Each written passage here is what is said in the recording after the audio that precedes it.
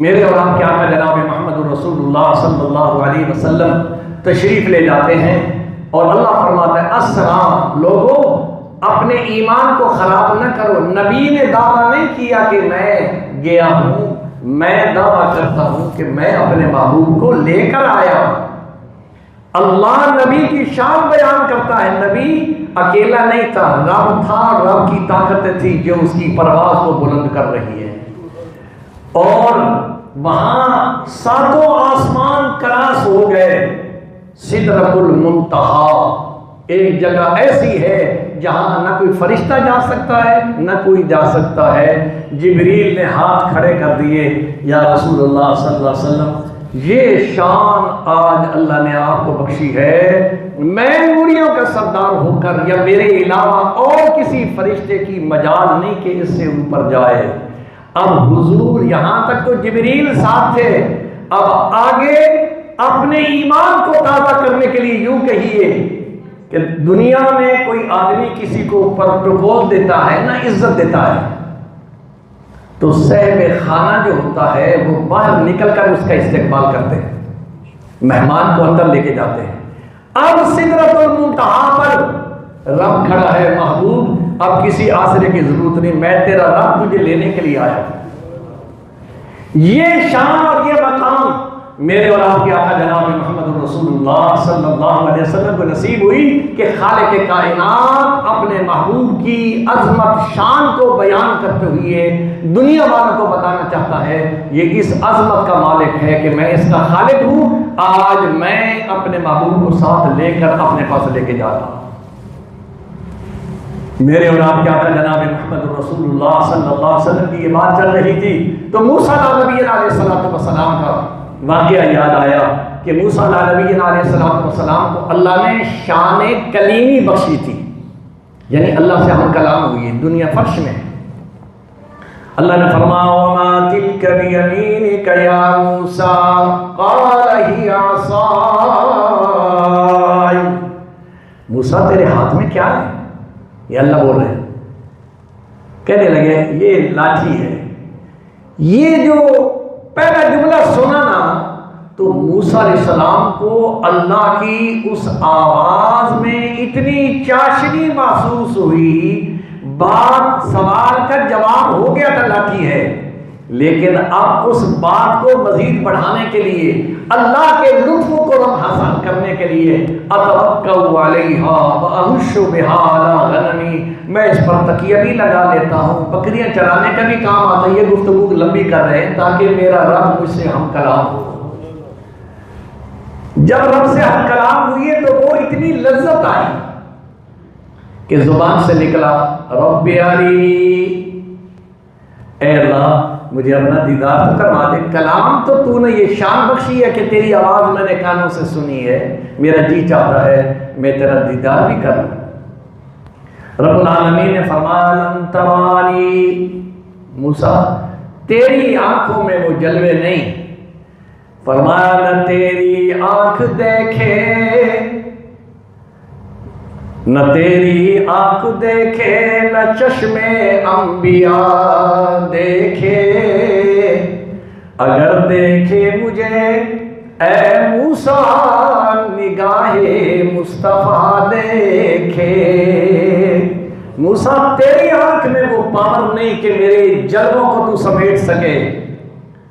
پھر عرض کرنے لگے مولا تو قادر ہے نا، مجھے دیدار کروا دے۔ اللہ نے فرمایا اچھا تو اگر اصرار کرتا ہے نا تو پھر شان مصطفیٰ اور نکھر کے سامنے آئے گی۔ میں اپنی تجلیات میں سے ایک معمولی سا حصہ پہاڑ پہ ڈالتا ہوں، اگر پہاڑ نے برداشت کر لیا تو میرا دیدار کر لے گا۔ قرآن کہتا ہے، اللہ فرماتے ہیں وَلَٰكِنِ انظُرْ إِلَى الْجَبَلِ، ذرا پہاڑ کی طرف نظر اٹھا کے دیکھنا۔ جیسے ہی اللہ کی تجلی پڑی فَخَرَّ مُوسَىٰ صَعِقًا، موسیٰ علیہ السلام گر جاتے ہیں اور دیکھا تو پہاڑ ریزہ ریزہ ہو گیا ہے۔ میرے اور آپ کے آقا کی شان دیکھیے، خالق کائنات اپنے محبوب کو فرماتا ہے ثُمَّ دَنَا فَتَدَلَّىٰ، میرے محبوب آپ نزدیک تشریف لے آئیے نا، آپ کیوں تکلف سے کام لے رہے ہیں؟ ثم دنا فتدلا، آپ اور آگے تشریف لے آئیے. اب وہ کیسا منظر ہوگا جب حسن تھا ان کا جلوہ نما، انوار کا عالم کیا ہوگا. ہر کوئی فدا ہے بن دیکھے دیدار کا عالم کیا ہوگا. یہ شان میرے رب نے اپنے محبوب دو عالم سرور کائنات صلی اللہ علیہ وسلم کو نصیب فرمائی. کتنی دیر رہے جتنا رب نے چاہا. محبوب بیٹھے ہیں، رب پیار کی باتیں ان سے فرما رہے ہیں، عزت و احترام سے نواز رہے ہیں، شانوں سے نواز رہے ہیں. یہ خدا کی خدائی میں میرے اور آپ کے آقا جناب محمد الرسول اللہ صلی اللہ علیہ وسلم کے علاوہ کسی کو یہ شان نہ ملی. پھر میں کیوں نہ کہوں نبیوں سے، نبیوں میں نبی ایسے امام الانبیاء ٹھہرے. نبیوں میں نبی ایسے امام الانبیاء ٹھہرے. حسینوں میں حسین ایسے کہ محبوب خدا ٹھہرے. رب العالمین نے اپنے محبوب کو محبوب خدا، اور اس لیے کسی نے فرمایا نا، فرمایا قرب موسیٰ اور ہے، قرب محمد اور ہے، طور سینا اور ہے، عرش معلا اور ہے. اس گل کو کیا مشابہت اس رخ لالائے رنگ سے، اس کی بہار اور ہے، اس کی بہار اور ہے. وہ محبوب دو عالم سرور کائنات صلی اللہ علیہ وسلم جنہیں اللہ نے اتنی شانوں سے نوازا ہے. میرے اور آپ کے آقا جناب محمد الرسول اللہ صلی اللہ علیہ وسلم تشریف لائے. صحابہ کرام کمرے میں بیٹھے ہیں، مسجد کے اندر بیٹھے ہیں، باتیں کر رہے ہیں. کوئی موسیٰ کو ماننے والے تھے، وہاں سے کلمہ پڑھ کے ادھر اسلام میں آئے. کوئی عیسیٰ کو ماننے والے تھے، کوئی ابراہیم کو ماننے والے تھے. وہ آپس کے ہر نبی کی اپنی اپنی جس کے تابعدار تھا تعریفیں کرنے لگا. ابراہیم خلیل اللہ ہے، انہوں نے کہا اچھا. دوسرے نے کہا موسیٰ کلیم اللہ ہے، میں موسیٰ کا کلمہ پڑھ کے میں ان کو ماننے والا تھا، وہ کلیم اللہ ہے. عیسیٰ روح اللہ ہے. اچانک حضور تشریف لے آئے. اچانک حضور تشریف لائے. فرمایا کیا کہہ رہے تھے؟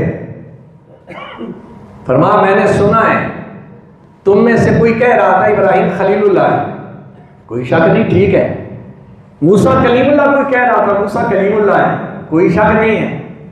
لیکن فرمایا الا وانا حبیب اللہ، تمہیں یہ پتا ہے میں کون ہوں؟ میں اللہ کا حبیب ہوں. یا رسول اللہ ابراہیم خلیل اللہ، موسیٰ کلیم اللہ، آپ حبیب اللہ، کیا فرق ہے؟ فرمایا خلیل ہو یا کلیم ہو، وہ کام کرتا ہے میرا رب راضی ہو جائے. حبیب وہ ہے کہ رب وہ کام کرے میرا حبیب راضی ہو جائے. وَلَسَوْفَ يُؤْتِيكَ رَبُّكَ فَتَرْضَىٰ. یہ شان، یہ مقام اللہ نے میرے اور آپ کے آقا جناب محمد الرسول اللہ صلی اللہ علیہ وسلم کو نصیب فرمائی تھی. پھر مقصد معراج کیا تھا؟ اللہ نے اپنے محبوب کو جو بلایا صرف آنا جانا تو نہیں تھا. رب العالمین نے میرے اور آپ کے آقا جناب محمد الرسول اللہ صلی اللہ علیہ وسلم کو فرمان سبحان الذي اسرى بعبده ليلا من المسجد الحرام الى المسجد الاقصى الذي باركنا حوله لنريه من آياتنا انه هو السميع البصير. مقصد معراج یہ تھا میں اپنے محبوب کو جنت کا وزٹ کرواؤں، جہنم کا وزٹ کراؤں، اپنی نشانیاں دکھاؤں، اپنی شانیں دکھاؤں جو کسی نبی نے بھی نہیں دیکھی ہیں. یہ مقصد معراج تھا لنریہ من آیاتنا، تاکہ میں اپنے محبوب کو اپنی کمالات اور اپنی شانیں اور اپنا مقام دکھاؤں. اور پھر دوسری بات یہ ہے لنریہ من آیاتنا کا اور معراج کا دوسرا فلسفہ یہ ہے کہ 1,24,000 نبی صرف انسانوں کے لیے نبی تھے، اور انسان سارے نہیں، کوئی کسی بستی کا، کوئی کسی ملک کا. لیکن حضور صرف انسانوں کے نبی نہیں، میرے اور آپ کے آقا جناب محمد الرسول اللہ جنوں بشر کے نبی ہیں، بحر و بر کے نبی ہیں، عرش و فرش کے نبی ہیں، نبیوں کے نبی ہیں اور ملائکہ کے بھی نبی ہیں۔ حضور ساری کائنات کے، ساری خدائی کے، ساری کائنات کے جن جن چیزوں کا خالق رب ہے، ان چیزوں کے لیے اللہ نے اپنے محبوب کو رحمت للعالمین بنا کے بھیجا ہے۔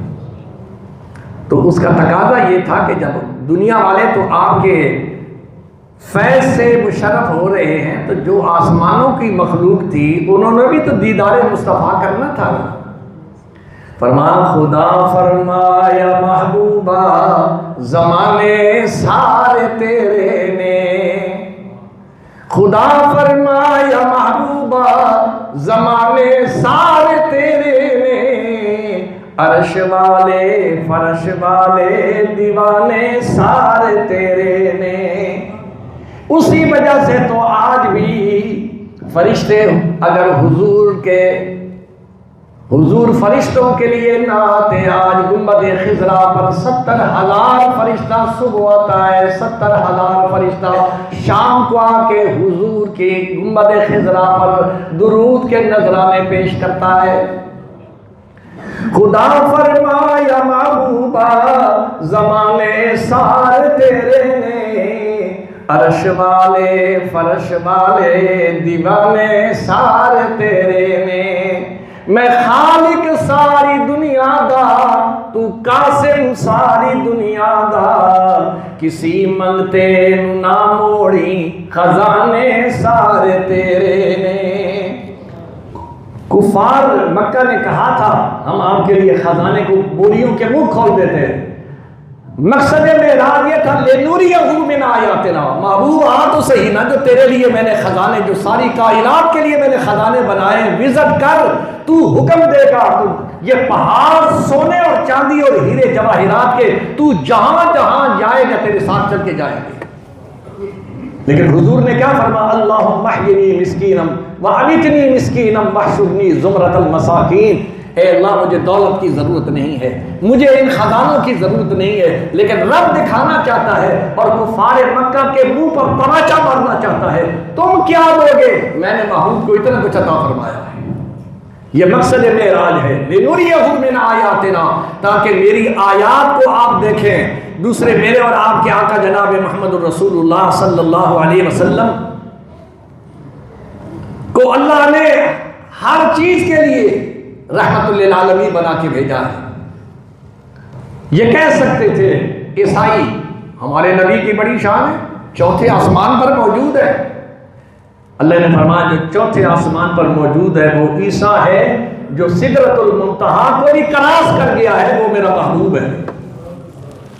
یہ شان اور یہ مقام اور یہ عظمتیں میرے اور آپ کے آقا جناب محمد الرسول اللہ صلی اللہ علیہ وسلم کو اللہ نے نصیب فرمائی۔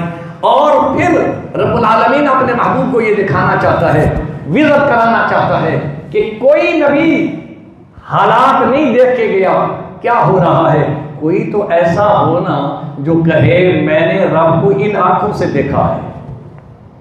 نمبر 1۔ نمبر 2، جنت و جہنم کے معاملات کسی نے نہیں دیکھے، محبوب تو آ دیکھ، کم از کم اپنی امت کو تو بتانا۔ میں نہیں چاہتا تیری امت جہنم میں جائے، میں چاہتا ہوں محبوب تیرے صدقے میں تیری امت جنت میں چلی جائے۔ حضور تشریف لے جا رہے ہیں، سرکاری دورہ ہے، کیا پروٹوکول ہے، رب ساتھ ہے، فرشتے آگے پیچھے بھاگ رہے ہیں، دکھایا جا رہا ہے، جاؤ جبریل میرے محبوب کو ذرا دکھاؤ، وزٹ کراؤ۔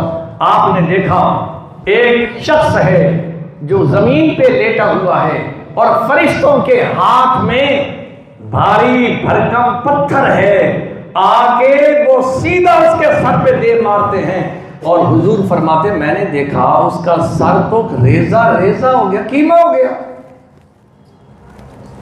حضور نے پوچھا جبریل یہ بد نصیب انسان کون ہے؟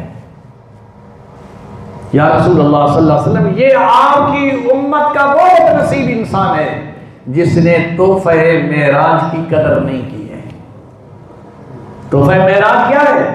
میرے اور آپ کے آقا جناب محمد رسول اللہ صلی اللہ علیہ وسلم جب واپس تشریف لانے لگے تو میرے آقا میرے رب نے کہا محبوب یہ آپ کی امت کے لیے میری طرف سے گفٹ ہے، لے جائیں۔ اور آپ تو یہاں آ کے معراج کر رہے ہیں نا، اگر آپ کا امتی معراج کرنا چاہے، غریب ہے یا امیر ہے، وہ سر سجدے میں جھکائے گا۔ الصلاۃ معراج المومنین، حضور نے فرمایا مومن کی معراج یہ ہے کہ سر کو اللہ کے سامنے جھکائے، وہ سمجھے مجھے معراج ہو گئی۔ تو حضور نے فرمایا یہ بد نصیب بے نمازی ہے۔ جی ہاں یا رسول اللہ، یہ بے نمازی ہے۔ اب اللہ کی کرم نوازیاں دیکھیے، محبوب کو بتا دیا۔ دیکھیے آپ اپنے لیول پر دیکھیں، آپ کا کوئی بڑا مہربان دوست آپ کے لیے گفٹ لے کے آئے اور بچے اسے توڑ پھوڑ دیں، اس گفٹ کی قدر نہ کریں تو گھر والوں کو دکھ ہوگا، باپ مارے گا، بد نصیب میرا دوست کہاں سے کتنا قیمتی لے کے آیا تھا یہ تحفہ، تو نے اسے توڑ دیا۔ حضور نبی کریم صلی اللہ علیہ وسلم فرماتے ہیں لوگوں یہ وہ گفٹ ہے جس کے لیے تمام عبادات زمین پر فرض ہوئی ہے۔ نماز ایسی عظمت والی چیز ہے، عرشوں پر محبوب کو رب نے بلایا، بلا کے جو عبادت فرض کی وہ نماز تحفہ معراج عطا فرمایا۔ پھر کتنی نمازیں فرض ہوئی؟ 50۔ بھلا ہو موسیٰ علیہ السلام کا، اس میں بھی بڑی حکمت ہے۔ اللہ موسیٰ کو دکھانا چاہتا ہے کہ میرا محبوب جب چاہے اوپر آ سکتا ہے، جب چاہے نیچے آ سکتا ہے۔ آپ تشریف لائے تو پوچھا رب نے گفٹ دیا ہے امت کے لیے، دیا کتنا دیا ہے؟ 50 نمازوں کا۔ ان کا اوہو میں لوگوں سے واقف ہوں، 50 نمازیں کہاں پڑھ سکے؟ آپ جائیے 9 پھیرے لگے حضور نبی کریم صلی اللہ علیہ وسلم کے، اس میں حکمت تھی۔ اللہ یہ چاہتے تھے کہ میرا محبوب بار بار میرا دیدار کرے۔ ایک تو بیٹھا تھا کتنی دیر بیٹھا، ایک پھر آئے پھر جائے، میان عاشقوں معشوق رمزیز کرامن کاتبین راہم خبر نیز۔ فرمایا وہ اللہ اور محبوب کے درمیان جو گفتگو تھی نا، وہاں جبریل کی بھی پہنچ نہیں ہے، اس کو بھی پتہ نہیں ہے کہ کیا راز و نیاز کی گفتگو ہو رہی ہے۔ پھر خالق کائنات نے حضور نبی کریم صلی اللہ علیہ وسلم کو فرمایا محبوب ہمارا قانون یہ ہے، ہم جو بات کہہ دیں نا تبدیل نہیں کرتے، لا تبدیل لکلمات اللہ، لیکن آپ کی آمد اور بار بار تکلیف فرما کے تشریف لانا، میں نے ہر دفعہ 5 نمازیں معاف کی ہیں، 45 نمازوں کو تو میں نے معاف کر دیا ہے، لیکن میرے کھاتے میں 13 امتی 5 نمازیں پڑھے گا، مجھے اپنی ربوبیت کی قسم ہے اور تیری رحمت کی قسم ہے محبوب میں ان کے کھاتے میں 50 نمازوں کا ثواب رکھوں۔ پڑھیں گے 5 لکھوں گا کتنا؟ 50۔ کیوں؟ لا تبدیل لکلمات اللہ، میں نے فیصلہ کر دیا تھا آپ کی امت کے لیے 50 نمازوں کا۔ پھر وہ کتنا بد نصیب امتی ہے جو رب دینے والا ہو، مصطفیٰ لانے والا ہو، رب اتنی مہربانی فرمائے 5 پڑھو تو 50 کا ثواب لکھوں گا۔ اور قیامت کے دن حضور نے فرمایا من حافظ علیہا کانت لہ نورا و برہان و نجاتا، جو آدمی نماز پڑھتا ہے وہ گویا کہ رب سے نمک حلالی کرتا ہے، جو نماز نہیں پڑھتا وہ نمک حرام ہے، اس لیے نمک حرام ہے، اس نے خدا کی نعمت کو ٹھکرایا ہے۔ نمبر 2، اس نے اللہ نے ماں کے پیٹ سے لے کر والذی یصورکم فی الارحام کیف یشاء لا الہ الا هو العزیز الحکیم۔ اللہ فرماتا ہے ذرا دیکھ تو صحیح، آج تو بڑا چوڑا ہو کے زمین پہ چلتا ہے، وَلَا تَمْشِ فِي الْأَرْضِ مَرَحًا إِنَّكَ لَن تَخْرِقَ الْأَرْضَ وَلَن تَبْلُغَ الْجِبَالَ طُولًا۔ اور زمین پہ چوڑا ہو کے چڑھنے والے، میں ایک غضب کی نظر کروں تیری ٹانگیں توڑ دوں، تیری آنکھوں کو پھوڑ دوں، تو میری بغاوت کر کے میری زمین پہ چل رہا ہے، میرا حوصلہ تو دیکھ، میں نے تو گرفت نہیں کی ہے کہ ہو سکتا ہے صبح کا بھولا ہوا شام کو میرے پاس آ جائے، میں معاف کرنے کے لیے تیار ہوں۔ تو اس لیے بھائیو یہ نماز تحفہ معراج ہے، یہ مولویوں کا مسئلہ نہیں ہے، یہ رب کا پیار ہے اس امت سے کہ قیامت کے دن جب یہ حضور کا امتی جا رہا ہوگا پورے میدان محشر میں اس کی پہچان ہوگی۔ کس کے صدقے میں پہچان ہوگی؟ نماز کے صدقے میں۔ حضور نے فرمایا من حافظ علیہا کانت لہو نورا و برہانا، قیامت کے دن اس کا چہرہ چودنی کے چاند کی طرح چمک رہا ہوگا، اور حضور نے فرمایا میں اپنی امتی کو جو پہچانوں گا نا اس کے چہرے سے پہچانوں گا، اس کی پیشانی پر نماز کا نور ہوگا، میں کہوں گا یہ میرا امتی ہے۔ اور جو نماز پڑھے گی یہ سمجھے اس طرح جمعہ پڑھ لے، یہ سمجھے کوئی پڑھ لے کوئی نہ پڑھ لے، یہ کوئی آپ کی مرضی چلنی ہے؟ بندے ہم خدا کے ہیں، بنایا ہمیں خدا نے ہے، مرضی تم کر رہے کیوں؟ اس لیے کہ رب العالمین نے ارشاد فرمایا ہے جو بندہ میرا ہے تو وہ پھر میری یاد میں اپنے وقت کو گزارے گا۔ حضور کے صدقے میں اس امت کو 3 تحفے ملے، یہ بات کر کے تقریر ختم کر، 3 تحفے اس امت کو ملے جو کسی امت کو نہیں ملے۔ ایک تحفہ ملا ہے سورہ بقرہ کی آخری 2 آیات، آمن الرسول بما انزل الیہ من ربہ والمؤمنون، یہ 2 آیتیں حضور کو اللہ نے فرمایا میرے محبوب یہ وہ آیتیں ہیں کائنات کے بنانے سے پہلے میں نے اپنے عرش پر جو 2 آیتیں لکھی ہیں وہ یہ ہیں جو میں تمہیں دے رہا ہوں تیری امت کے لیے۔ عرش کے خزانوں میں سے یہ خزانہ ہے، جو آدمی پڑھتا ہے اللہ اس کے گھر کے اندر شر نہیں خیر نصیب فرماتے ہیں، رحمتیں نصیب فرماتے ہیں، برکتیں نصیب فرماتے ہیں۔ اور دوسری چیز کیا فرمائی؟